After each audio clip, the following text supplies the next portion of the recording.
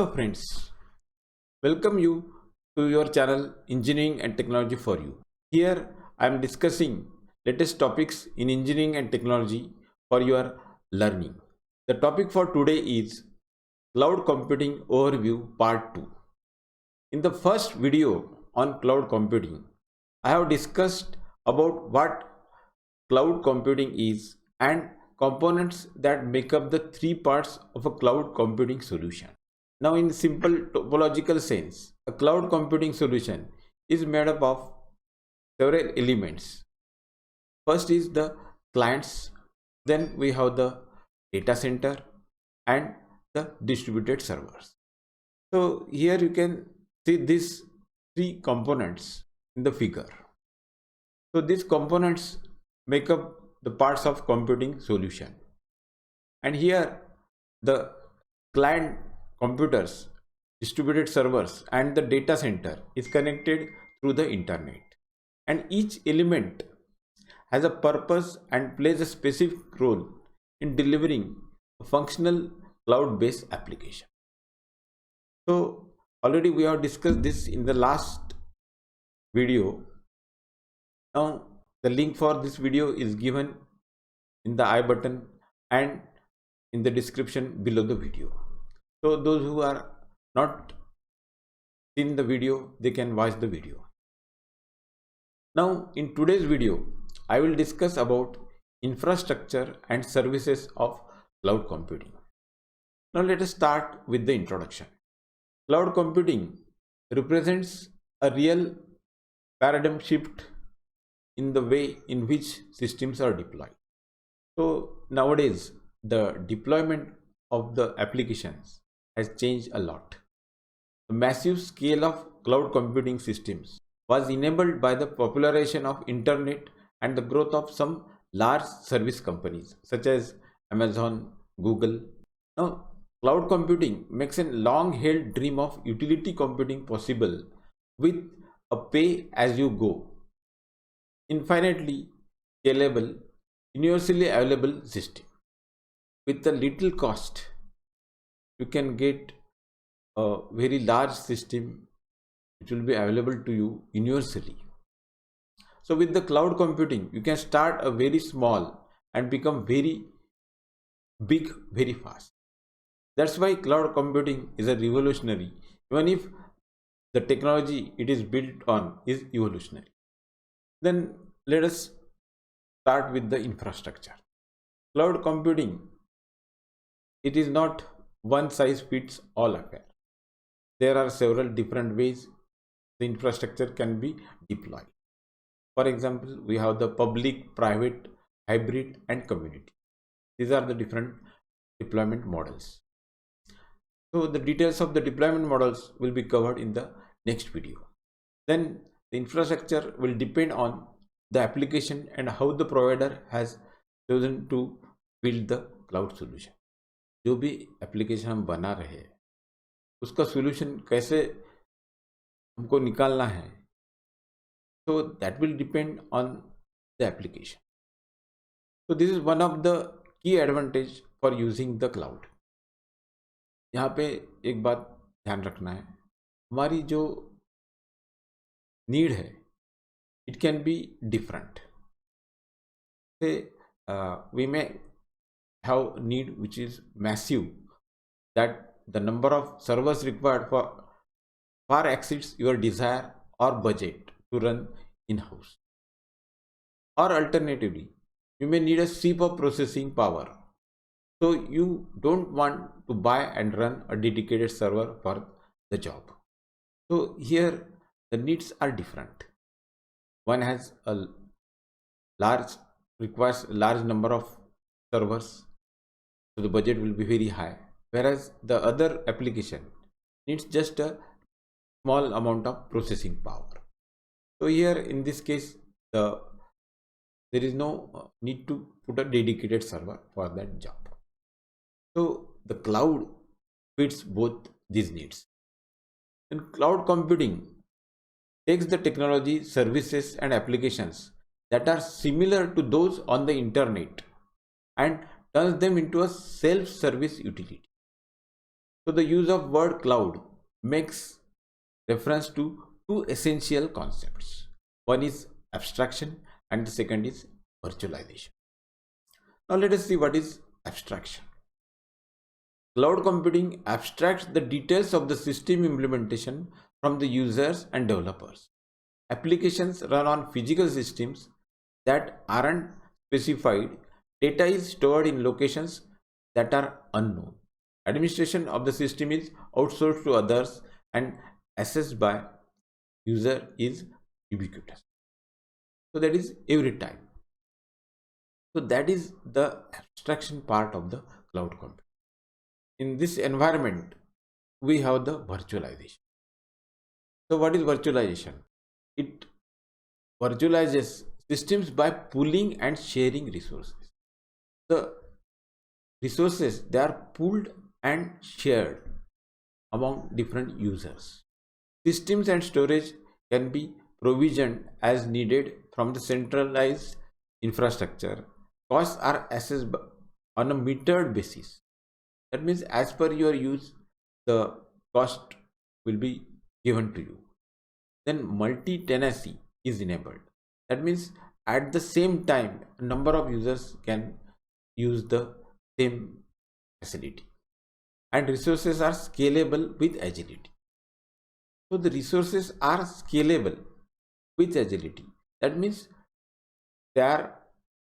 we can scale them. We can make them large or we can make them small, and they are having agility. That they are means movable. और हिंदी में बताए तो का meaning है वो चुस्त होता है. That means you can just interchange the resources. You can change the resources at any time. So cloud computing is an abstraction based on the notion of the pooling physical resources and presenting them as a virtual resource. तो यही main concept है cloud computing. So they will pool the physical resources and present them as a virtual resource. So it is a new model for provisioning resources. यानी resource provide करने के लिए ये नया model है. For staging applications and for platform independent user access to services. So you can have the platform independent user access. जैसे अलग अलग ऑपरेटिंग सिस्टम्स है, अलग अलग प्लेटफॉर्म्स रहते हैं, तो उस हिसाब से it is providing you the user independent user access.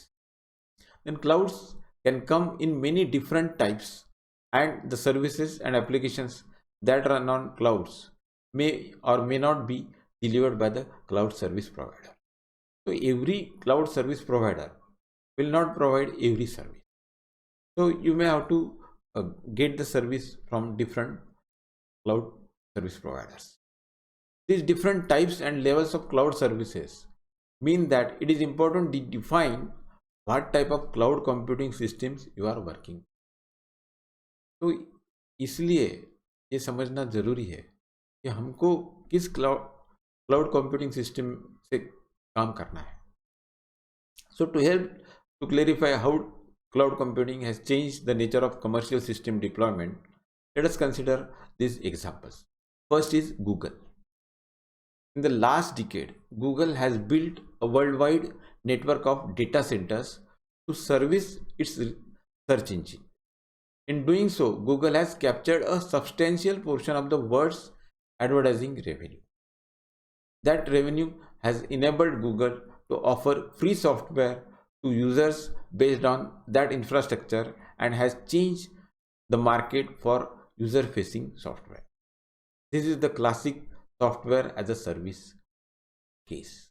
That means here you are using the software as a service. SaaS, SaaS. So the Google Cloud gives you this facility. Then the second platform is the Azure platform by Microsoft. Microsoft is creating Azure platform. It enables .NET framework applications to run over the internet as an alternate platform for Microsoft developer software running on desktop. That's why, with the help of this Azure platform, you can run the .NET framework applications on the internet. Then the third example is the Amazon Web Service. So one of the most successful cloud-based business is Amazon Web Services, which provides infrastructure as a service offering that lets you to rent virtual computers on Amazon's own infrastructure. So this is an example of infrastructure as a service, IaaS. So we'll be discussing these three different types of service models. There is software as service, platform as service, and infrastructure as service. These new capabilities enable applications to be written and deployed with minimal expense and to be rapidly scaled and made available worldwide as business condition permits. So this is truly a revolutionary change in the way enterprise computing is created and deployed. तो इस तरह से जो enterprise computing पूरा बदल चुका है. Then let us understand the virtualization. In virtualization, we'll have two things: full virtualization and para virtualization. Now let us start with the full virtualization.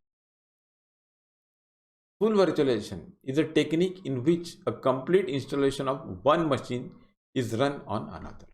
The result is a system in which software running on server is within a virtual machine. So here, ये जो concept है, this is virtual machine concept. तो यहाँ पे जो machine है, now here this is the computer of your company connected to the service provider via internet. Now both are running on the Windows operating system. But when you are doing the work, you are loaded on the server and your machine will be the virtual.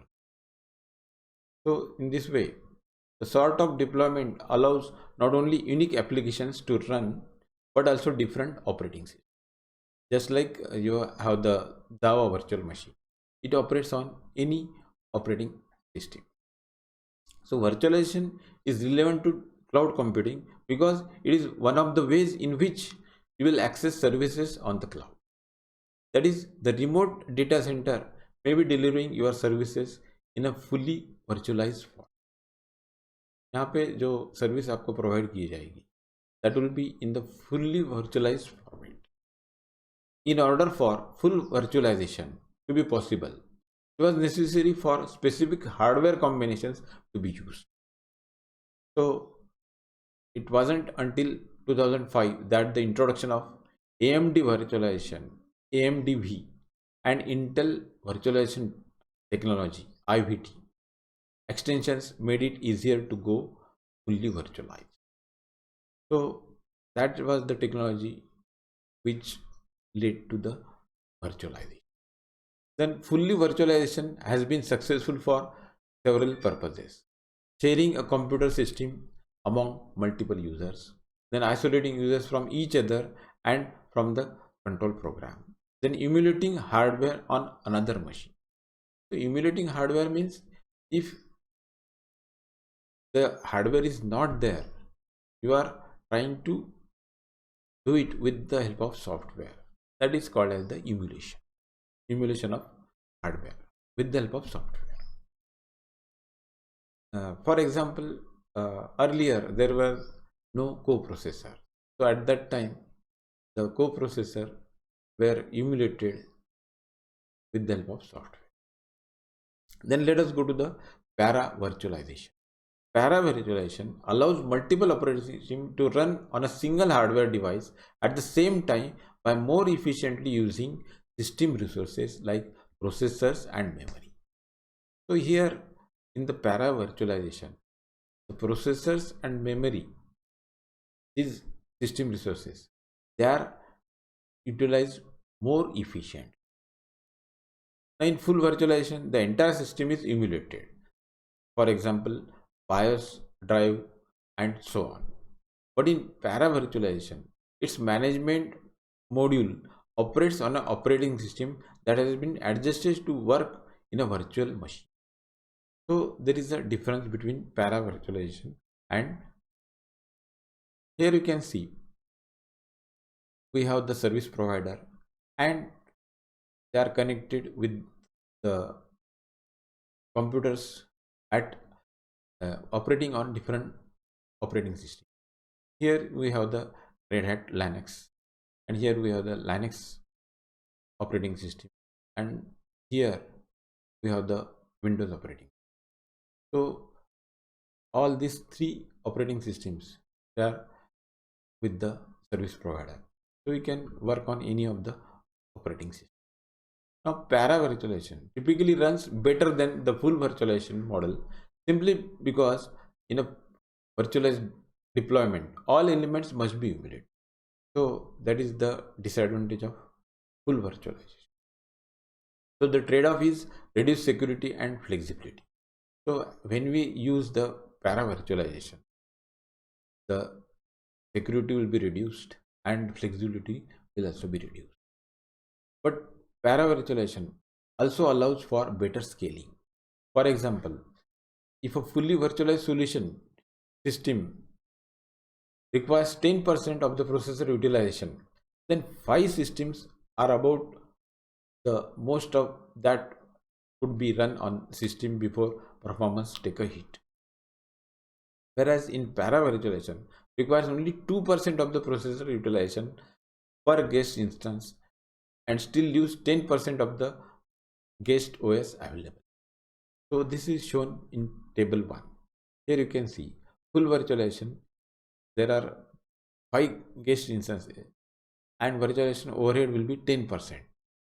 So each 10% means total 50%, and system processing needs, it is 10% each, so it will be again 50% total, and total utilization will be 100%. Whereas in para-virtualization we have 8 guest instances and virtualization overhead is just 2%, so it will just bring it to 16% of the total. So the total utilization will be just 96. So para virtualization works best in this sort of. So which deployments? First is the disaster recovery. So if the event of a catastrophe, guest instances can be moved to other hardware until the equipment can be repaired. See, if some failure is there in the hardware, at that time we call it as the catastrophe event. So at that time the instances can be moved to other hardware till the equipment is repaired. Then migration. Moving to a new system is easier and faster because guest instances can be removed from an underlying hardware. So we can remove the guest instances from the hardware. So once we remove the guest instances, we can move to the new system. Then capacity management. Because of easier migration, capacity management is simpler to implement. It is easier to add more processing power or hard drive capacity in virtualized environment. So these are the some of advantages of the para-virtualization. Then let us go to the services. Now here first let us understand the term service. The term service in cloud computing are the concepts of being able to use reusable fine-grained components across vendors network. So whatever is there with the vendor, the different resources, so those components we have to use as a service. So this is widely known as a service. So here offering such as service, a suffix includes traits like the following: low barriers to entry, making them available to small business. We can, even the smallest businessman can utilize these services. Then large scalability. So the scalability Here means we can increase the service with the help of resource. Then multi-tenancy, which allows resource to be shared by many users. So at the same time, the same service can be used by many users. And device independence, which allows users to access the system on different hardware, because the hardware will be different. So uh, the services which are provided, they are device independent, so anybody can access them with different hardware. Then first type of service is software as a service, that is SaaS, is a model in which an application is hosted on a service to customers who access it via the internet. So here you can see in the figure. So here we have the application that is available at the service provider, and it is given to the different clients via the internet. SaaS provides an application or a piece of software from the service provider, and the clients can use it. So SaaS is a complete operating environment with application management and user interface. It will also provide the user interface to the client. In a SaaS model, the application is provided to the client through a thin client interface, generally a browser, and the customer's responsibility begins and ends with entering and managing its data and user interaction. Everything from the application down to infrastructure is vendor's response. So for vendors, the software as a service has appeal of providing stronger protection of their intellectual property, as well as creating a continuous stream of income. They can generate regular income with the once the software is ready as a service. There are many types of software that can lend themselves to the SaaS model. Typically, the software that performs a simple task without much need to interact with other system makes them ideal candidates for the SaaS. So some of the applications are the customer resource management, CRM, then video conferencing, IT service management, accounting, web analytics, web content management, etc. Now during this COVID-19, we have seen the applications for video conferencing, then webinars, and even the meetings like the Zoom, then we have the Google Meet, they were being used. So these are nothing but the examples of the SaaS applications. Software as service applications differ from earlier distributed computing solution in that the SaaS was developed specifically to use web tools like a browser. So this makes them web native. That means you can use them with the web. It was also built with a multi-tenanted back end in mind, which enables multiple customers to use an application at the same time. Since the software is managed at the central location, customer can access their applications wherever they have web access. So even in traveling, we can make use of the application wherever the web is accessible. Then another thing is the platform as a service and software as a service is often used in conjunction with other software. So when used as a component of another application, it is known as the mashup or a plugin. One of the biggest benefits of SaaS is, of course, costing less money than buying an application outright. So if you buy an application outright, it will cost you more compared to using the software as a service. Service provider can offer cheaper, more reliable applications than organizations can buy themselves. So there is also an element of lock-in with vendors. That is, the customers might pay a provider to use an application, but once they do, they may be unable to port that application to a new vendor, or it might be possible to move to a new vendor, but the old vendor might charge a hefty moving fee. That means you will unnecessarily charge more money. Finally, SAS also faces challenges from availability of open source applications and cheaper hardware. If companies are so inclined, they can put their open source applications on hardware that performs better and costs less than it used to. So these are some of the disadvantages. Now let us see the examples.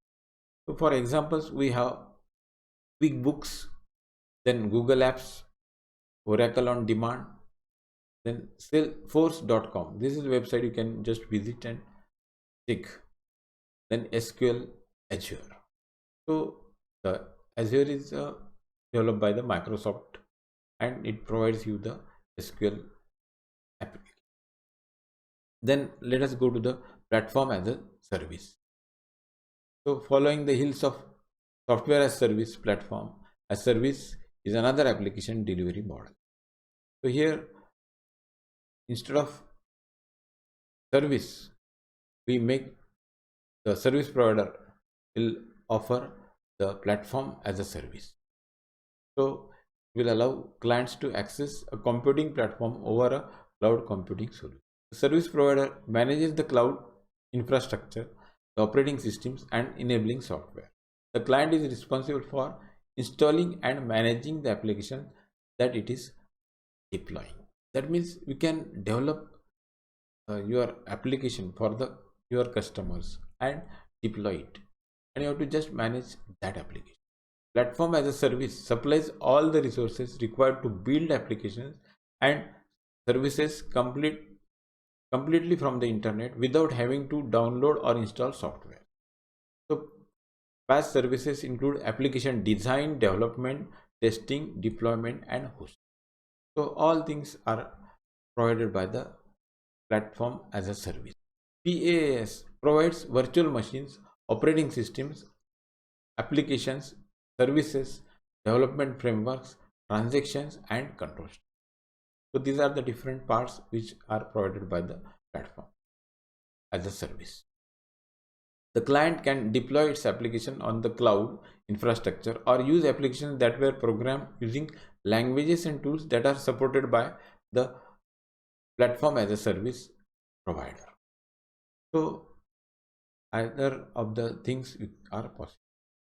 Then other services provided by the platform as a service include team collaboration, web service integration, database integration, security scalability, storage, state management, and versioning. Now, what is the disadvantage? Is the lack of interoperability and portability among providers. So that is, if you create an application with one cloud provider and decide to move to another provider, you may not be able to do so. So you are to pay a high price. Also, if the provider goes out of business, your application and your data will be lost. So that's why that is the disadvantage.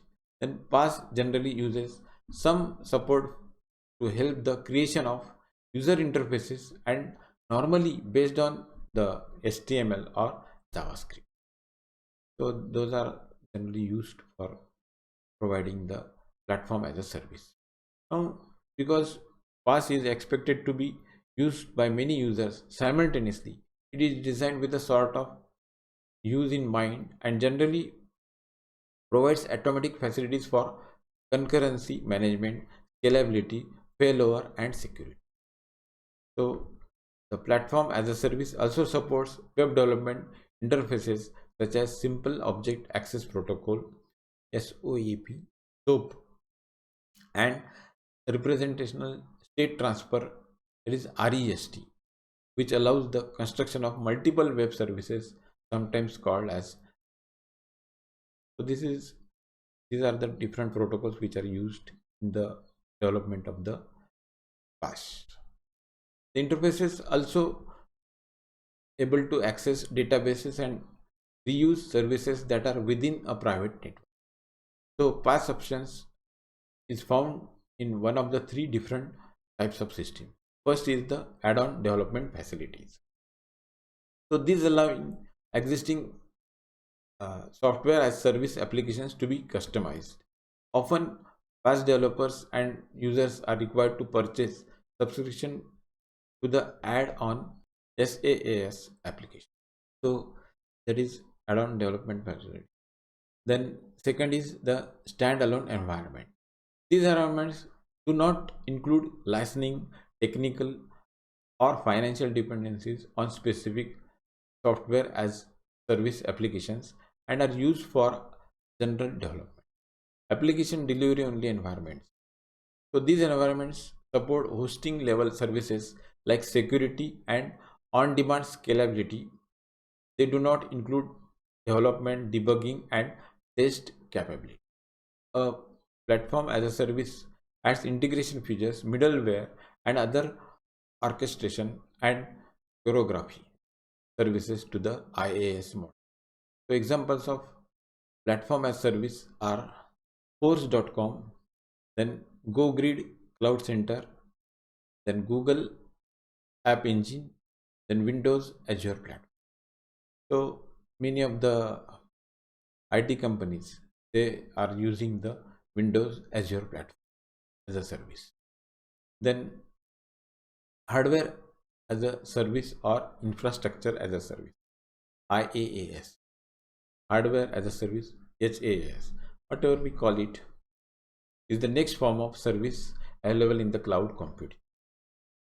So we have seen that SaaS and PaaS are providing applications to the customers, but IaaS will not provide any application. It just provides virtual machines, virtual storage, virtual infrastructure, and other hardware assets as resources that clients can provision.